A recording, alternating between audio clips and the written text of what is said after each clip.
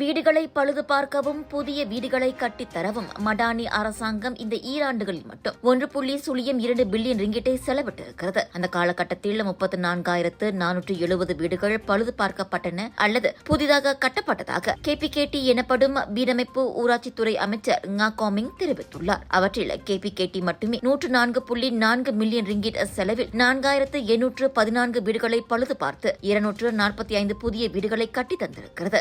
ஏனையவை புறநகர் மற்றும் வட்டார மேம்பாட்டு அமைச்சால் நிறைவேற்றப்பட்டன. மக்கள், குறிப்பாக ஏழை மற்றும் பரம ஏழைகளின் வாழ்க்கை தரத்தை மேம்படுத்தும் மடானி அரசாங்கத்தின் தொடர் கடப்பாட்டை இது புலப்படுத்துவதாக அறிக்கை வாயிலாக ngா காமிங் கூறியிருக்கின்றார். இவ்வேளையில் பிளான் மலேசியா திட்டத்தின் வாயிலாக கிராம மக்களை வலுப்படுத்தும் ஆக்கப்பூர்வமான செயல்களில் KPKT இறங்கியுள்ளது. சிஸ்டம் சிரி ஸ்பெஷல் டேசா மலேசியா என அழைக்கப்படும் கணினி தரவு முறையின் உருவாக்கமும் அதில் அடங்கும். கிராமங்களுக்கான வசதி கட்டமைப்பு திட்டங்களை முறைப்படி வரைய ஏதுவாக இந்த முறையில் எல்லைகள் உட்பட கிராமங்களின் விவரங்கள் சேமித்து வைக்கப்படும் எனவும் ngா காமிங் தெரிவித்தார்.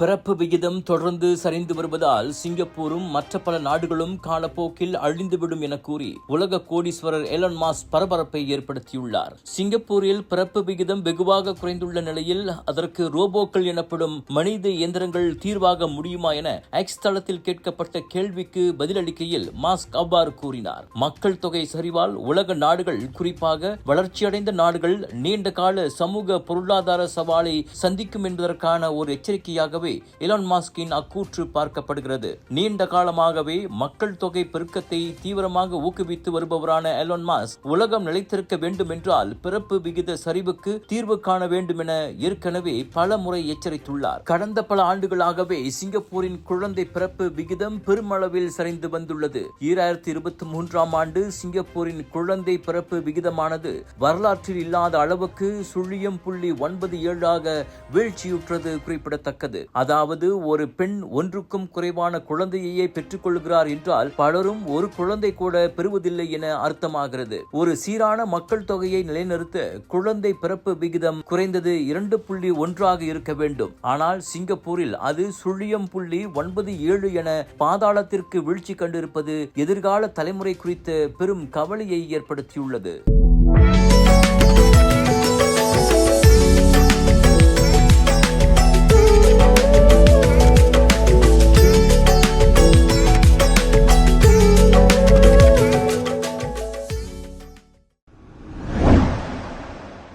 நீதிமன்ற மேல்முறையீட்டில் தோல்வி கண்டிருப்பதால் வீடியோ பகிர்வு தளமான டிக்டாக் அமெரிக்காவில் தடை செய்யப்படுவதை நெருங்கி வருகிறது. சீனாவை தளமாக கொண்ட தாய் நிறுவனத்திலிருந்து ஜனவரி 19ஆம் தேதிக்குள் பிரிந்துவிட வேண்டும் என டிக்டாக்கிற்கு அமெரிக்கா முன்னதாக காலக்கெடு விதித்தது.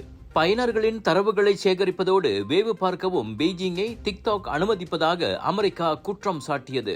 அதனை பைட்டான்ஸ் நிறுவனம் திட்டவட்டமாக மறுத்தாலும் அமெரிக்கா விடுவதாக இல்லை. ஜனவரி 19க்குள் டிக்டாக்கை விற்காவிட்டால் அமெரிக்க ஆப் ஸ்டோர் மற்றும் இணையத்தில் டிக்டாக்கை ஒரேடியாக தடை செய்யும் உத்தரவில் அதிபர் ஜோ பைடனும் ஏப்ரலில் கையெழுத்திட்டார். அந்த கட்டாய உத்தரவை எதிர்த்து நீதிமன்றம் சென்ற டிக்டாக் தற்போது அதில் தோல்வி கண்டிருப்பதால் அமெரிக்க மண்ணை விட்டு அது சீக்கிரமே வெளியேற வேண்டி வரலாம். ஒருவேளை டிக்டாக் தடை செய்யப்பட்டால் அமெரிக்க சீன உறவை மேலும் அது பாதிக்கக்கூடும். எனினும் கடைசி முயற்சியாக அமெரிக்க உச்ச நீதிமன்றத்தை நாட டிக்டாக் முடிவு செய்துள்ளது. அமெரிக்க மக்களின் பேச்சுரிமையை நிலைநாட்டியதில் உச்ச நீதிமன்றத்திற்கு பெரும் வரலாறு இருப்பதால் அதனை டிக்டாக் முழுமையாக நம்பியுள்ளது. இது தவிர அடுத்த மாதம் அதிபராக பதவியேற்க உள்ள டொனால்ட் ட்ரம்பையும் எப்படியாவது பங்காளியாக்கிக் கொள்ள பெய்ஜிங் பல்வேறு சாத்தியக்கூறுகளை ஆராய்ந்து வருகிறது. டிக்டாக் தடை செய்யப்பட்டால் நன்மை அடைய போவது என்னமோ பேஸ்புக்கின் தாய் நிறுவனமான மேத்தா தான். மேத்தாவுக்கும் ட்ரம்புக்கும் ஏற்கனவே உரசில் இருப்பதால் அதை பயன்படுத்தி டிக்டாக் தடை செய்யப்படாமல் இருப்பதை பார்த்துக் கொள்ள சீனா நினைக்கிறது. 2021 ஜனவரி 6ஆம் தேதி வாஷிங்டனில் ட்ரம்ப் ஆதரவாளர்கள் கலவரத்தில் இறங்கியதை அடுத்து ட்ரம்புக்கே பேஸ்புக்கில் தடை விதிக்கப்பட்டது நினைவிருக்கலாம். ஜொஹோர் கூலாய் தமான் மாசில் தனியார் நடத்தி வரும் ஆதரவற்ற சிறார் இல்லத்தில் கற்பழிப்பு புகார் எழுந்துள்ளது. இதையடுத்து அந்த மையத்தின் பாதுகாவலர் ஒருவர் விசாரணைக்காக கைதாகியிருக்கின்றார். 17 வயது மாணவி கொடுத்த புகாரின் அடிப்படையில் 59 வயதான அந்த ஆடவர் கைதானதாக கூலாய் போலீஸ் தலைவர் துணை ஆணையர் தன் சிங்லி தெரிவித்தார். 2020 முதல் 2022 வரை அப்பெண்ணுக்கு 13 முதல் 15 வயதிற்கும் போது அந்த உள்ளூர் ஆடவரால் அவள் கற்பழிக்கப்பட்டதாக புகாரில் கூறப்பட்டுள்ளது. விசாரணைக்காக அந்த சந்தேக நபர் 10 நாட்களுக்கு தடுத்து வைக்கப்பட்டுள்ளார். குற்றம் நிரூபிக்கப்பட்டால் அவருக்கு 5 முதல் 20 ஆண்டுகள் வரையிலான சிறை தண்டனையும் பிரம்படியும் விதிக்கப்படலாம்.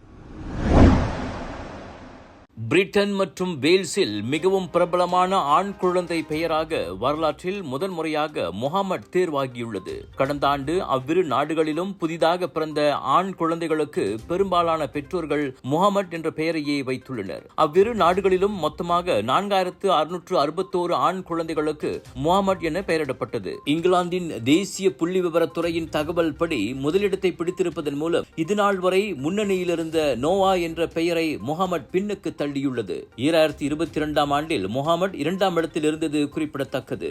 ஏறக்குறைய ஒரே வாசியை கொண்ட ஆனால் எழுத்துக்கள் மாறப்பட்ட முகமட் போன்ற பெயர்களை அவ்வெண்ணிக்கை உள்ளடக்கவில்லை. பிரிட்டன், வேல்ஸ் நாடுகளில் முகமட் போன்ற பெயர்களுக்கு ஏன் இவ்வளவு மவுசு என்பதற்கான உறுதியான காரணம் எதுவும் கண்டறியப்படவில்லை. ஆனால் அங்கு அதிகரித்து வரும் முஸ்லிம் சமூகத்தின் எண்ணிக்கை அப்பெயர்களின் ஆதிக்கம் கூட அதற்கு காரணமாக இருக்கலாம் என புள்ளி விவரத்துறை கூறியது. உலக புகழ்பெற்ற விளையாட்டு வீரர்களான மறைந்த குத்துச்சண்டை ஜாம்புவான் முகமது அலி, தற்போதைய லிவர்பூல் கோல் மன்னன் முகமது சாலா மற்றும் மராத்தான் ஓட்டக்காரர் முகமது மோ ஃபாரா போன்றவர்களும் ஒரு காரணமாக இருக்கலாம் எனவும் தேசிய புள்ளி விவர அலுவலகம் சுட்டிக்காட்டியுள்ளது. இவ்வேளையில் பெண் குழந்தைகளுக்கான மிகவும் பிரபலமான பெயராக ஒலிவியா தொடர்ந்து முதலிடம் வகிக்கிறது.